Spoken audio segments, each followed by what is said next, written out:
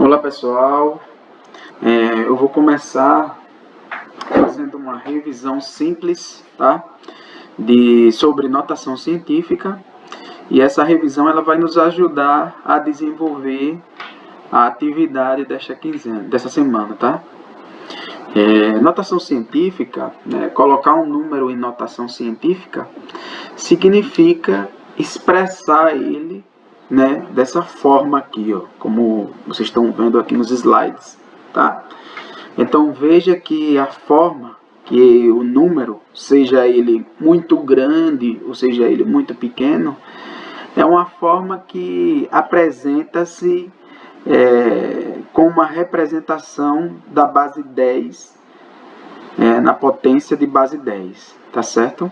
Então, todo número que a gente for expressar em notação científica, ele tem que ser representado dessa forma, onde o número que estará multiplicando 10, ele vai ser um número entre 1 e 10. Tá? Ele não pode ser maior do que esse intervalo, e ele também não pode ser menor do que esse intervalo aí. Tá? Então, o número que vai estar multiplicando 10 aqui, né, essa potência de 10, ela tem que ser um número entre 1 e 10. A potência, né, ela pode ter como expoente, esse n aqui, um número tanto positivo como negativo. Vocês vão ver que eu vou fazer dois exemplos a seguir, e esses dois exemplos especificam isso, né? Qual é a condição para esse expoente aqui ser positivo e ele ser negativo, tá bom? Então vamos lá, eu vou colocar aqui dois exemplos, tá? Para a gente começar a ver como é que a gente coloca um número em notação científica. O primeiro exemplo é um número, como vocês estão vendo aí, 270 mil, né? A gente quer expressar esse número nesse padrão aqui de notação científica, tá certo? Ok? Então vamos lá, vamos começar. Então voltando lá ao número, nós temos que o número ele é 270 mil, ele é um número alto, e a gente vai expressar ele aí em notação científica, tá bom, gente? Então, para começar, a gente precisa identificar o paradeiro da vírgula, né? Que todo número ele tem que apresentar uma vírgula. E quando ele não estiver expresso, assim, explícito, tá? A gente vai entender que a vírgula ela está no final do número, ou seja, ela vai estar aqui, ó, no último zero, tá certo?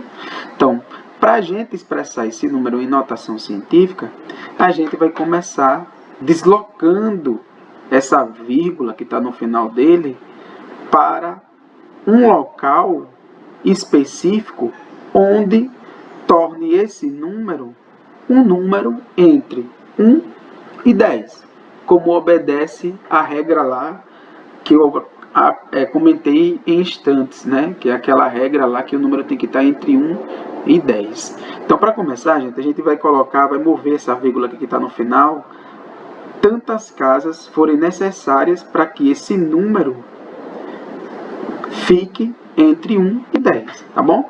Veja que se eu colocar a vírgula aqui, eu vou ter 27 mil. Se eu colocar a vírgula aqui, nós vamos ter 2.700, tá certo? Se eu colocar a vírgula aqui, nós teremos 270, que ainda é muito alto do que o nosso intervalo, que é de 1 a 10. Se colocarmos a vírgula aqui, nós temos 27, que ainda é maior do que o intervalo. Se colocarmos a vírgula entre o 2 e o 7, aí é que torna um número interessante. Ele fica entre 1 e 10. Então, a vírgula ela tem que sair daqui e se deslocar 1, 2, 3, 4, 5 casas. Tá certo? Então, expressando esse número em notação, ele vai ficar nessa carinha aqui, tá? Que é 2, depois a vírgula, o 7, vezes o 10, e o expoente daqui, né, que é o expoente de cima dessa parte aqui do 10, da potência 10, ele vai ser um número que representa esses pulos que nós demos, tá?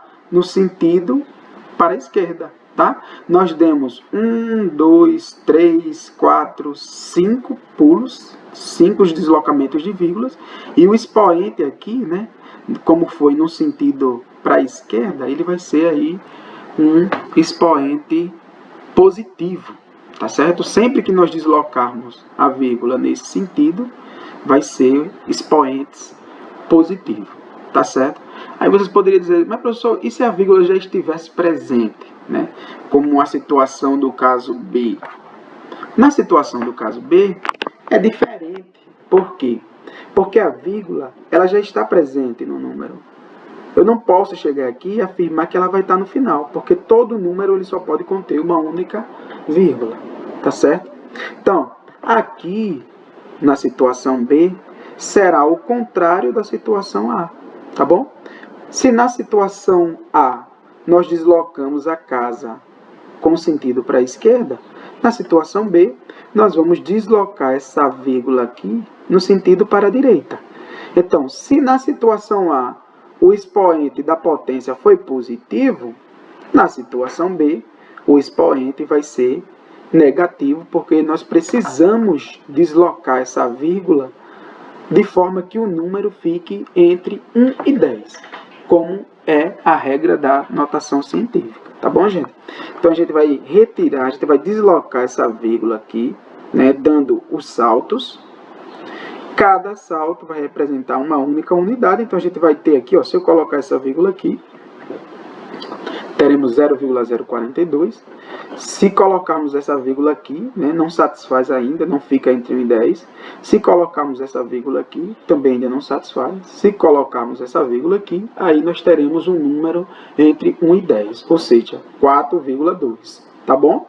Se nós insistimos em deslocar a vírgula e colocar ela aqui, aí vai ser um número muito alto, né? Porque vai ficar 42,0. Aí é muito alto, tá certo? Então, para ficar correto, essa vírgula tem que se deslocar e ficar diretamente entre o 4 e o 2. Então, expressando esse número em notação, nós teremos aí, né, essa vírgula sendo deslocada 4 vezes, né, no sentido para a direita, e a gente vai ter aí 4,2 vezes 10 elevado a menos 4, porque esse sinal de negativo representa aí os deslocamentos da vírgula para a direita. Tá certo, gente? De posse disso, vamos para a atividade. Aí eu coloquei aqui uma atividade muito semelhante ao exemplo que está lá na atividade da semana 4 para vocês. Tá certo?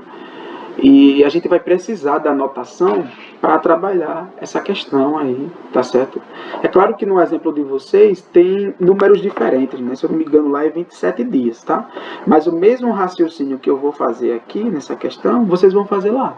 Só que lá é um pouco diferente, só por conta dessas informações aí, tá bom? Então vamos lá.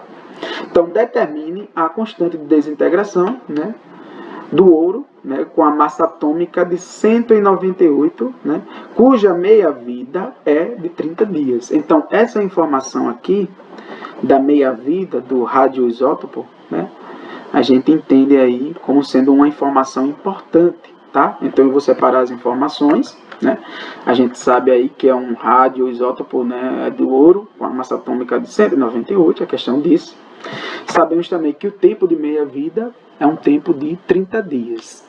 Aí, pessoal, para trabalhar e jogar na nossa fórmula, nós precisamos saber quantos segundos tem esses 30 dias aqui, ó.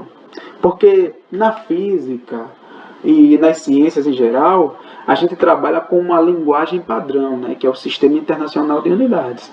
Então, essa informação aqui é necessário que antes que a gente utilize a fórmula para descobrir a resposta, a gente converta esse valor aqui, né?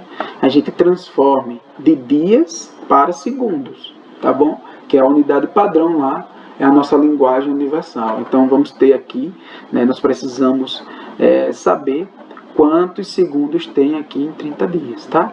Nós sabemos, né, da matemática elementar, né, e das regras elementares, que 1 minuto tem 60 segundos, né, que 1 hora tem 60 minutos, né, que o dia tem 24 horas, que a semana tem 7 dias e assim sucessivamente, tá certo? Então vamos começar.